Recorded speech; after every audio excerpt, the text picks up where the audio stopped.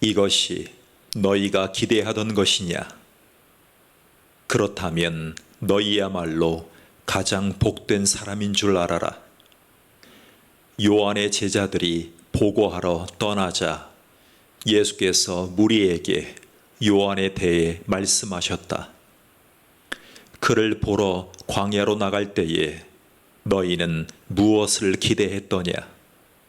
주말을 쉬러 나온 사람이더냐? 아닐 것이다. 그럼 무엇이냐? 멋진 양복을 차려입은 교주더냐? 광야에서는 어림도 없다. 그럼 무엇이냐? 예언자냐? 맞다. 예언자다. 너희 평생의 최고의 예언자일 것이다. 그는 예언자 말라기가 내가 내 예언자를 앞서 보내어 내 길을 평탄하게 만들 것이다 라고 말한 그 예언자다.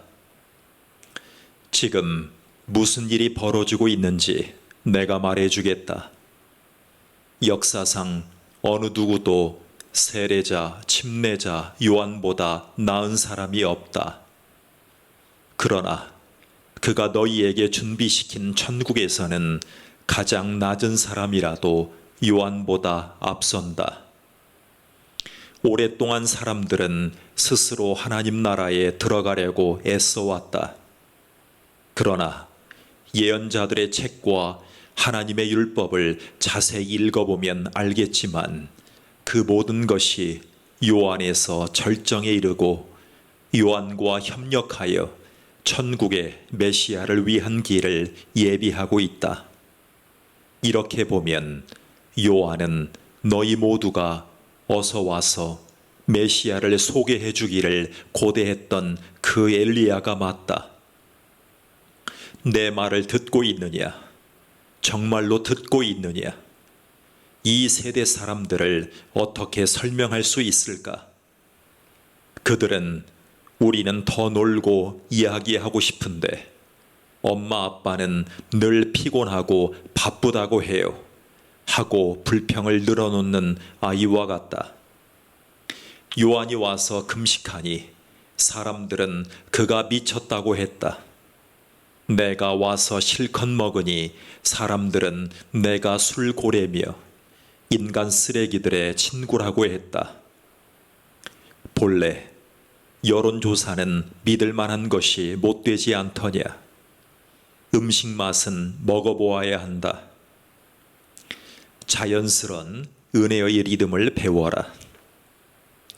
그 후에 예수께서 자신이 가장 열심히 일하셨으나 사람들의 반응이 가장 적었던 여러 도시들을 호되게 책망하셨다. 그곳 사람들이 무관심하게 제 갈 길로 가버렸던 것이다. 고라시나, 너에게 화가 있을 것이다. 벳세다야, 너에게 화가 있을 것이다. 두로와 시돈이 너희가 본 엄청난 기적의 절반만 보았어도 당장 무릎을 꿇었을 것이다.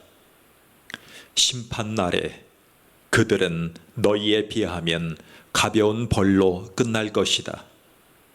가버나움아, 내가 잔뜩 점잔을 뺀다만 결국은 지옥에 떨어질 것이다. 소돔 사람들도 너처럼 기회가 있었다면 그 도시가 지금까지 남아 있었을 것이다. 심판날에 그들은 너희에 비하면 가벼운 벌로 끝날 것이다. 갑자기 예수께서 기도하셨다. 하늘과 땅의 주인이신 아버지, 감사합니다.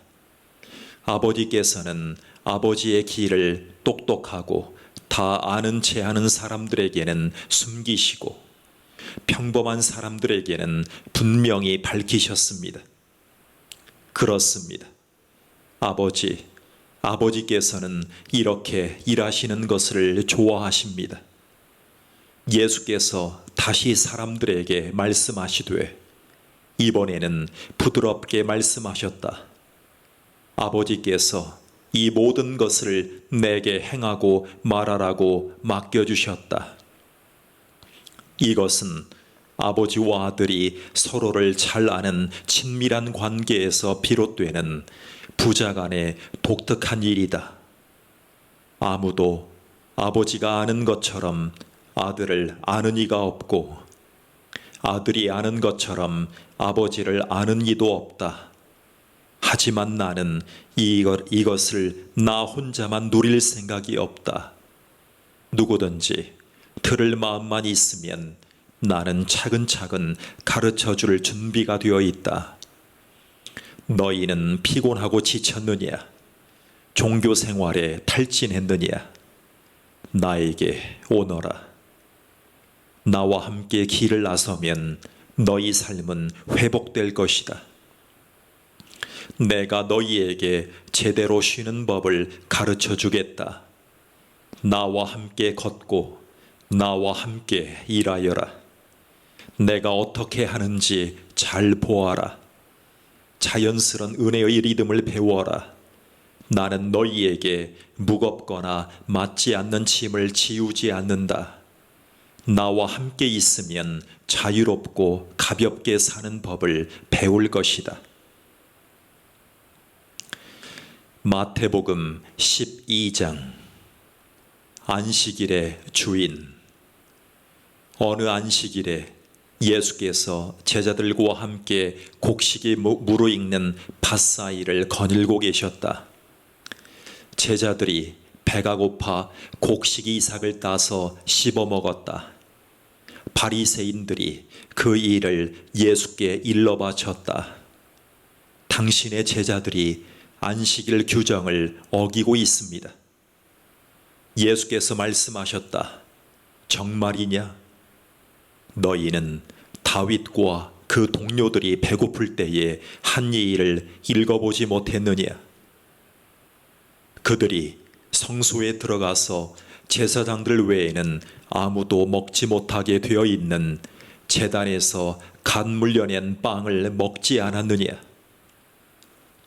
또 너희는 성전에서 직무를 수행 중인 제사장들이 매번 안식일 규정을 어기는데도 죄가 되지 않는다는 것을 하나님의 율법에서 읽어보지 못했느냐? 여기에는 종교 이상으로 훨씬 많은 문제가 걸려 있다. 너희가 만일 나는 경직된 의식보다 유연한 마음을 더 원한다고 한 성경 말씀의 뜻을 조금이라도 안다면 사소한 일로 이렇게 트집 잡지는 않을 것이다. 인자는 안식일의 종이 아니라 주인이다. 예수께서 밭을 떠나 그들의 회당에 들어가셨다. 거기에 한쪽 손이 오그라든 사람이 있었다. 그들은 예수께 안식일에 병을 고치는 것이 율법에 맞습니까? 안식일에 병을 고치는 것이 율법에 맞습니까? 하고 물었다. 예수를 함정에 빠뜨리려고 했던 것이다. 예수께서 대답하셨다. 여기에 혹시 자신의 어린 양 한 마리가 골짜기에 떨어졌는데 안식일이라고 해서 그 어린 양을 끌어내지 않을 사람이 있느냐? 하물며 인간에게 친절을 베푸는 것이 짐승에게 친절을 베푸는 것만큼 하물며 인간에게 친절을 베푸는 것이 짐승에게 친절을 베푸는 것만큼이나 율법에 맞지 않겠느냐? 그러고 나서 예수께서 그 사람에게 말씀하셨다. 내 손을 내밀어라. 그가 손을 내밀자 그 손이 다 나았다. 바리새인들은 발끈해 나가서는 예수를 파멸시킬 방도를 흥분하며 이야기했다. 내가 택한 나의 종. 예수께서 사람들이 자기를 붙잡으려는 것을 아시고 다른 데로 가셨다. 많은 사람들이 따라왔고 예수께서는 그들을 다 고쳐주셨다. 또 그들에게 소문을 내지 말라고 당부하셨다. 이사야가 기록한 대로 하신 것이다. 내가 신중히 택한 종을 잘 보아라. 나는 그를 한없이 사랑하며 기뻐한다. 내가 내 영을 그 위에 두었으니 그가 모든 나라에 정의를 선포할 것이다. 그러나 그는 소리 지르거나 목소리를 높이지 않으며 길가에서 소란을 피우지 않을 것이다. 그는 누구의 감정도 짓밟지 않으며 너희를 궁지에 몰아넣지도 않을 것이다. 어느새 그의 정의가 승리할 것이며 아득히 먼 곳에 믿지 않는 사람들까지도 들려오는 그의 이름만 듣고도 희망을 품게 될 것이다. 중립지대는 없다. 그 후에 사람들이 귀신 들려 눈 멀고 귀 먹은 불쌍한 사람을 예수 앞에 데려왔다. 예수께서 그를 고쳐 시력과 청력을 되찾아 주셨다. 그것을 본 사람들이 감동했다. 이 사람은 다윗의 자손이 틀림없다. 그러나 바리새인들은 그 보고를 듣고서 빈정대며 말했다. 마술이다. 소매자락에서 마귀의 속임수를 끄집어낸 것이다. 예수께서 그들의 비방에 맞섰다. 같은 사람에게 서로 상반되는 판결을 내리는 재판관은 자기 말을 무효로 하는 것이다. 늘 싸움질하는 가정은 무너지게 마련이다. 사탄이 사탄을 쫓아내면 어느 사탄이 남아나겠느냐? 너희가 나를 마귀라고 욕하며 마귀 쫓아내는 마귀라 부른다면 너희의 귀신 쫓아내는 자들에게도 똑같은 욕이 되지 않겠느냐? 그러나 내가 하나님의 능력으로 악한 귀신들을 내쫓는 것이라면 하나님 나라가 확실히 여기 있는 것이다.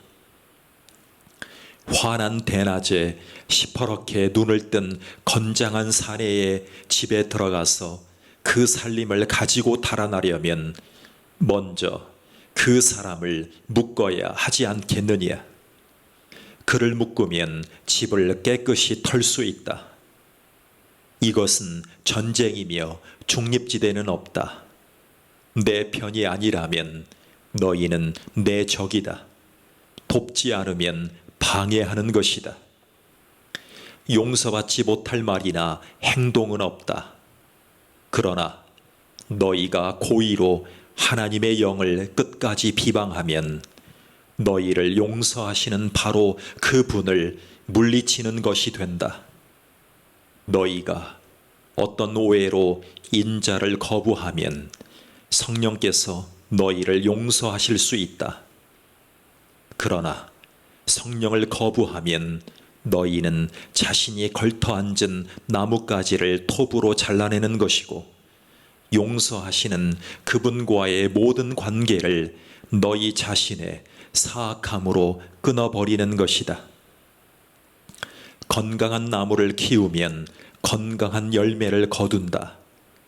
병든 나무를 키우면 벌레 먹은 열매를 거둔다. 열매를 보면 나무를 알 수 있다. 너희 생각은 뱀 구덩이와 같다. 너희 생각이 그렇게 더러운데 어떻게 너희 말이 온전할 수 있겠느냐? 너희 말에 의미를 부여해 주는 것은 사전이 아니라 너희 마음이다. 선한 사람은 철마다 선한 행실과 선한 말에 열매를 맺는다. 악한 사람은 과수원의 마른 병과 같다. 내가 너희에게 말한다. 이 부주의한 말 한마디 한마디가 되돌아와서 너희를 괴롭힐 것이다. 결산의 날이 올 것이다. 말에는 막강한 힘이 있다. 말에 신중을 기하여라. 말이 너희를 구원할 수도 있고 너희를 저주할 수도 있다. 요나의 증거. 나중에 종교학자와 바리새인 몇 사람이 예수를 찾아왔다. 선생님, 당신의 신임장을 보고 싶습니다. 하나님이 함께 하시는 일이라는 확실한 증거를 보여주십시오. 기적이라도 보여주시지요. 예수께서 말씀하셨다. 너희가 증거를 찾고 있으나 엉뚱한 증거를 찾고 있다. 너희는 너희의 호기심을 만족시켜주고 기적에 대한 너희의 욕망을 채워줄 무언가를 바란다. 그러나 너희가 얻게 될 유일한 증거는 증거처럼 여겨지지 않는 요나의 증거뿐이다. 사흘 밤낮을 물고기 뱃속에 있었던 요나처럼 인자도 사흘 밤낮을 깊은 무덤 속에서 지낼 것이다. 아멘. 심판날에 니느웨 사람들이 일어나 이 세대를 정죄할 증거를 내놓을 것이다. 요나가 설교할 때 그들이 자신들의 삶을 고쳤기 때문이다. 요나보다 더 큰 설교자가 여기 있는데도 너희는 증거를 따지고 있다. 심판날에 시바 여왕이 앞에 나와서 이 세대를 정죄할 증거를 제시할 것이다. 여왕이 지혜로운 솔로몬의 말을 들으려고 먼 땅 끝에서부터 찾아왔기 때문이다. 솔로몬의 지혜보다 더 큰 지혜가 바로 너희 앞에 있는데도 너희는 증거 운운하며 억지를 부리고 있다. 사람에게서 쫓겨난 더러운 악한 귀신은 광야를 이리저리 떠돌며 자기가 들어갈 만한 오아시스, 곧 순진한 영혼을 찾아다닌다. 아무도 찾지 못하면 귀신은 내가 전에 있던 소굴로 돌아가자 하고 말한다. 돌아가 보니 그 사람은 흠 하나 없이 깨끗한데 텅 비어 있다. 그래서 악한 귀신은 달려가서 자기보다 더 악한 귀신을 7이나 끌어모아서는 다 함께 그 사람 안에 들어가 난장판을 벌인다. 결국 그 사람의 상태는 깨끗함을 받지 않았던 처음보다 훨씬 나빠진다. 바로 이 세대가 그렇다. 너희 생각에는 너희가 삶의 쓰레기를 치워내고 하나님 앞에 준비된 것 같을지 모르나 너희는 내 나라의 메시지를 순순히 받아들이지 않았다. 이제 온갖 마귀가 다시 들어오고 있다. 순종이 피보다 진하다. 예수께서 아직 무리에게 말씀하고 있는데 그분의 어머니와 형제들이 나타났다. 그들은 밖에서 예수께 말을 전하려고 했다. 누군가 예수께 말씀드렸다. 선생님의 어머니와 형제들이 이야기하려고 그 밖에 있습니다. 예수께서 직접 답하지 않고 이렇게 말씀하셨다. 내 어머니와 형제들이 누구라고 생각하느냐? 그러고는 제자들을 향해 손을 내미셨다. 잘 보아라. 이들이 내 어머니요 형제들이다. 순종이 피보다 진하다. 내 하늘 아버지의 뜻에 순종하는 사람이 내 형제요 자매요 어머니다. 마태복음 13장. 씨 뿌리는 농부 이야기. 같은 날 예수께서 집에서 나가 해변에 앉으셨다. 순식간에 바닷가를 따라 무리가 모여들어 예수께서 할 수 없이 배에 오르셨다. 예수께서 배를 설교단 삼아 회중에게 여러 이야기를 들려주셨다. 너희는 어떻게 생각하느냐? 어떤 농부가 씨를 뿌렸다. 씨를 뿌리는데 덜어는 길 위에 떨어져서 새들이 먹어버렸다. 덜어는 자갈 밭에 떨어져서 금세 싹이 났으나 뿌리를 내리지 못해 해가 나자 곧 시들어 버렸다. 덜어는 잡초 밭에 떨어져서 싹이 났으나 잡초가 짓눌러 버렸다. 덜어는 좋은 땅에 떨어져서 농부가 생각지도 못한 큰 결실을 맺었다. 너희는 듣고 있느냐? 정말로 듣고 있느냐? 왜 이야기인가? 제자들이 다가와서 물었다. 왜 이 이야기로 말씀하십니까? 예수께서 대답하셨다. 너희에게는 하나님 나라를 아는 깨달음이 주어졌다. 너희는 하나님 나라가 어떻게 되어가는지 안다. 그러나 이 선물, 이 깨달음은 누구한테나 있는 것이 아니다. 어떤 사람에게는 주어지지 않았다. 누구든지 준비된 마음이 있으면 언제라도 깨달음과 이해가 막힘없이 흐른다.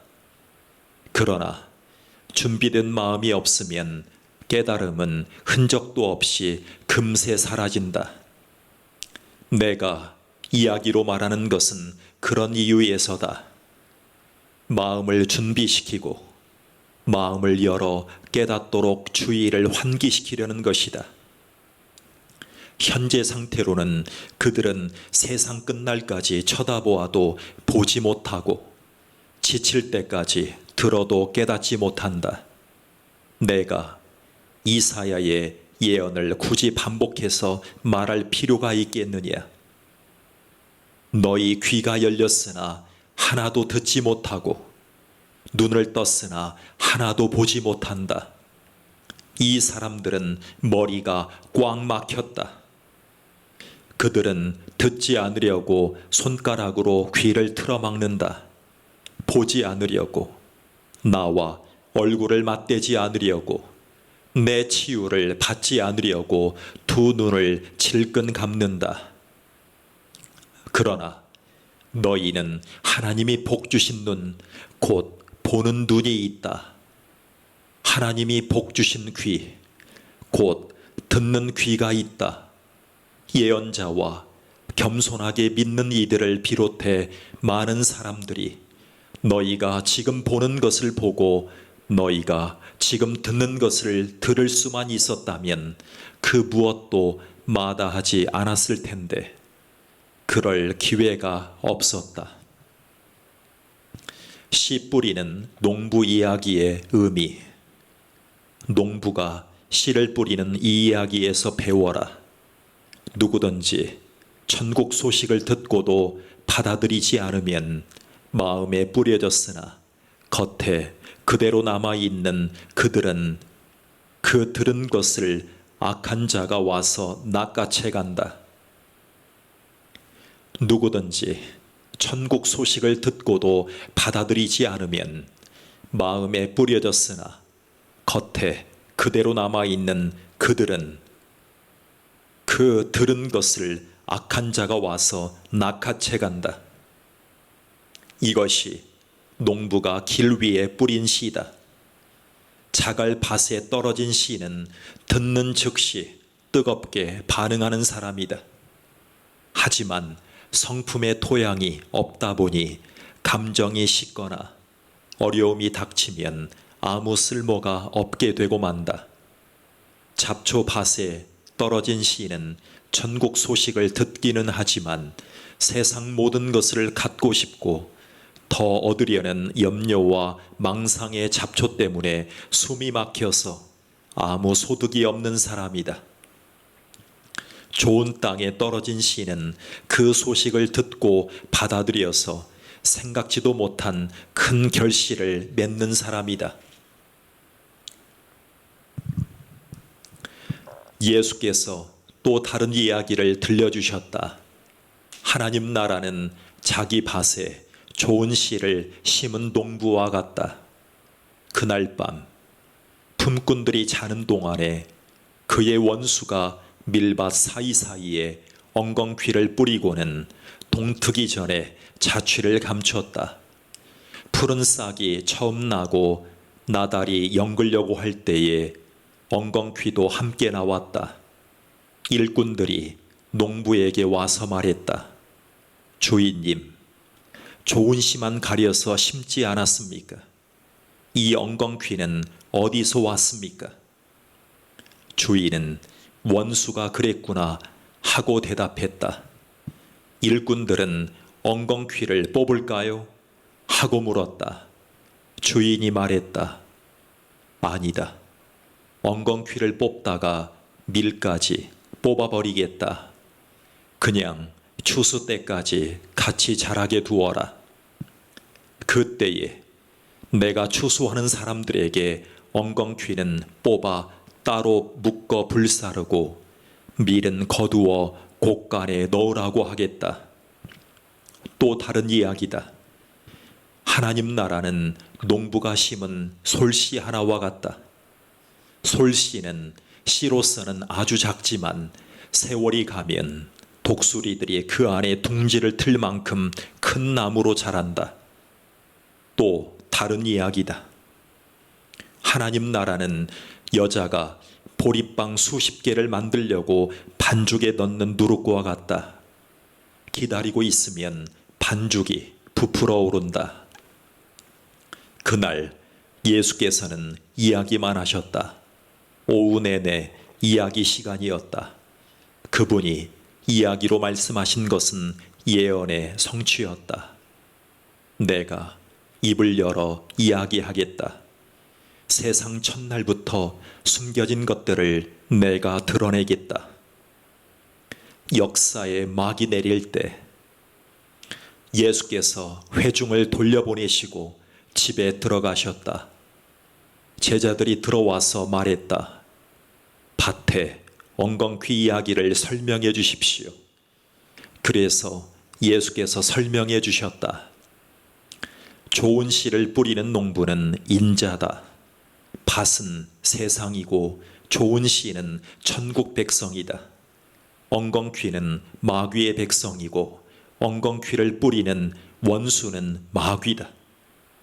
추수 때는 시대의 끝이고 역사의 끝이다. 추수하는 일꾼들은 천사들이다. 엉겅퀴를 묶어서 불사르는 장면은 마지막 막에 나온다.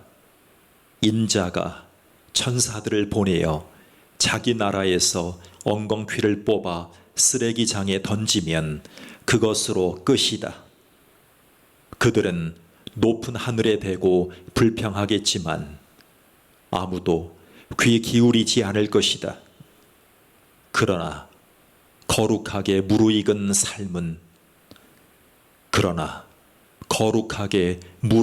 삶들은 성숙하게 자라서 자기 아버지의 나라를 아름답게 꾸밀 것이다. 너희는 듣고 있느냐? 정말로 듣고 있느냐? 하나님 나라는 오래도록 밭에 감추어져 있다가 그 곁을 지나가던 사람이 우연히 찾아낸 보물과 같다. 찾아낸 사람은 기뻐 어쩔 줄 몰라서 이게 웬 횡재냐 하며 전 재산을 팔아 그 밭을 산다. 하나님 나라는 최고의 진주를 찾아다니는 보석상과 같다. 흠없는 진주를 만나면 그는 즉시 모든 것을 팔아 그 진주를 산다. 하나님 나라는 바다에 던져 온갖 물고기를 잡는 그물과 같다. 그물이 가득 차면 해변가로 끌어다가 좋은 물고기는 골라서 통에 담고 먹지 못할 것은 버린다. 역사에 막이 내릴 때도 그럴 것이다. 천사들이 와서 쓸모없는 물고기들은 출현해서 쓰레기통에 버릴 것이다. 엄청난 불평이 있겠지만 전혀 소용없을 것이다. 예수께서 물으셨다. 이제 이 모든 것을 알 것 같으냐? 그들은 예 하고 대답했다. 예수께서 말씀하셨다. 너희가 보다시피 하나님 나라의 훈련을 잘 받은 학생은 마치 편의점 주인과 같다.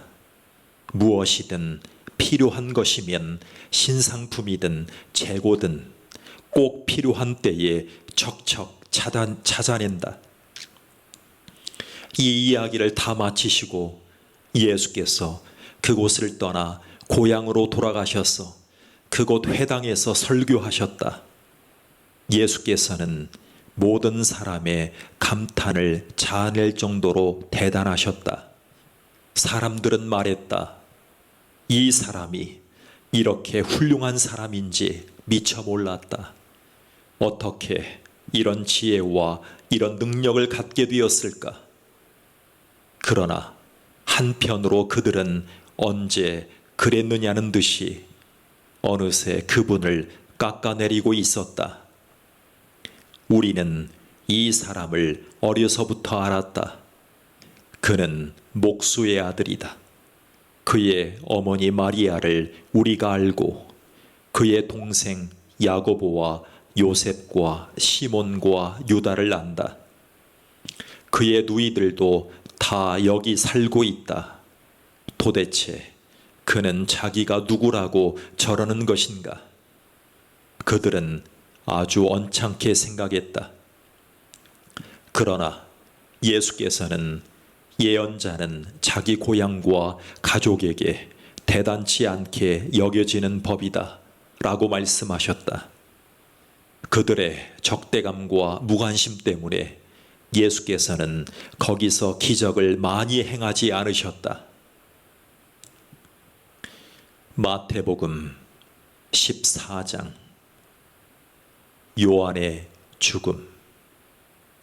그 즈음에 지역 통치자인 헤롯이 예수에 관한 소문을 들었다.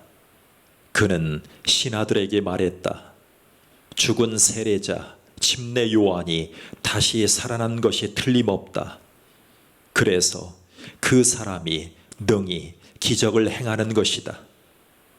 전에 헤롯은 자기 동생 빌립의 아내인 헤로디아를 달래려고 요한을 체포하여 사슬에 채워서 감옥에 가두었다.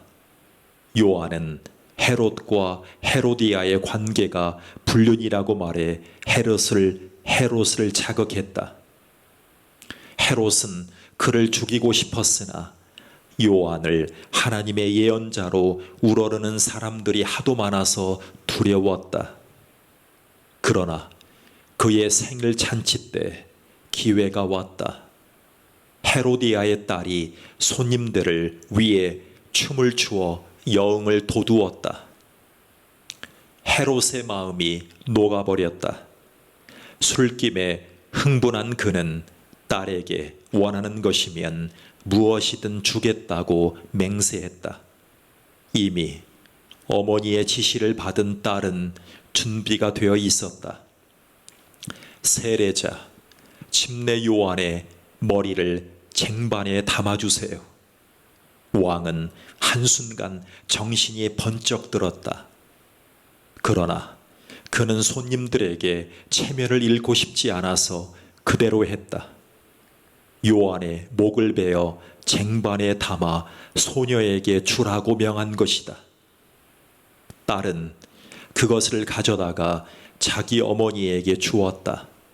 나중에 요한의 제자들이 시신을 거두어 엄숙히 장례를 치르고는 예수께 알렸다. 너희가 먹을 것을 주어라. 예수께서 그 소식을 들으시고는 배를 타고 빠져나가 혼자 외딴 곳으로 가셨다. 그러나 허사였다.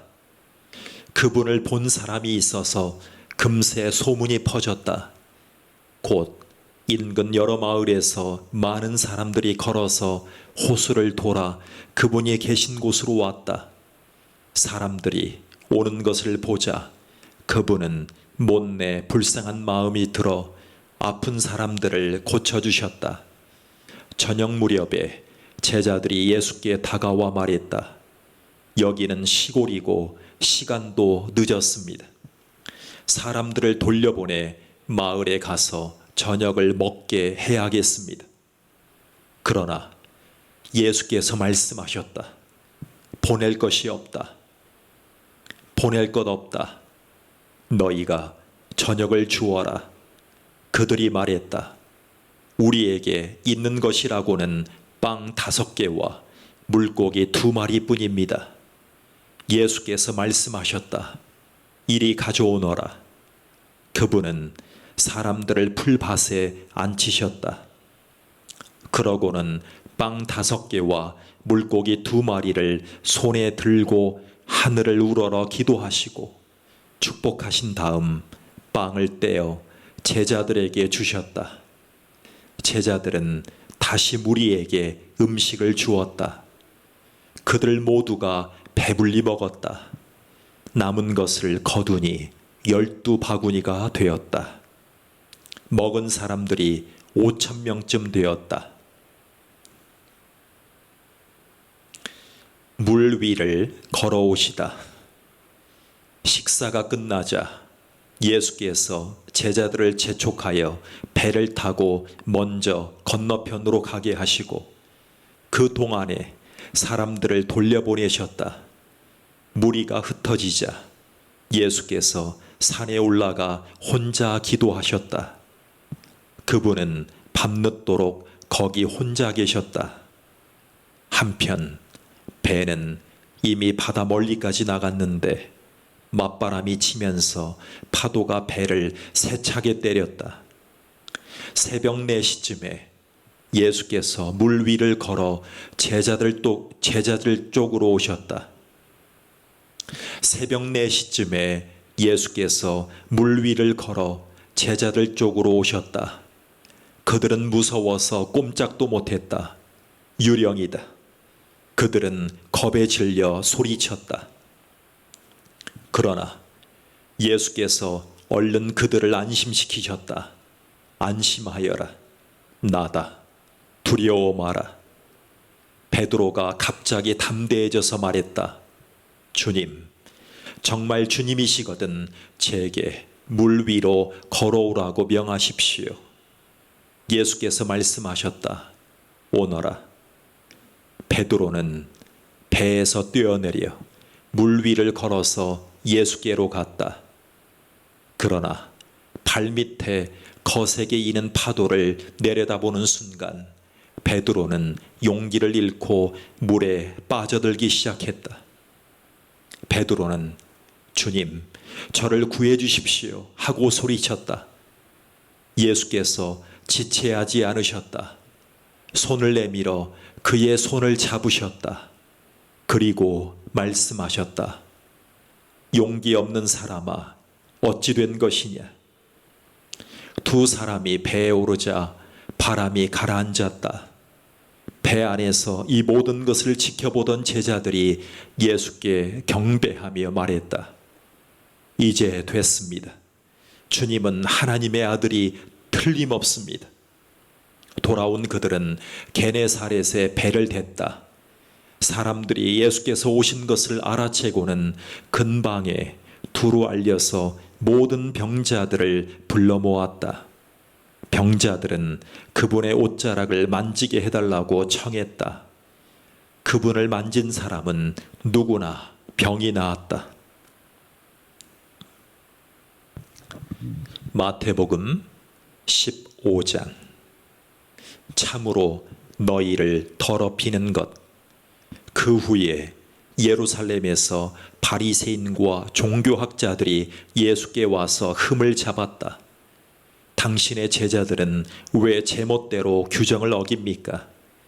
예수께서 바로 대받으셨다.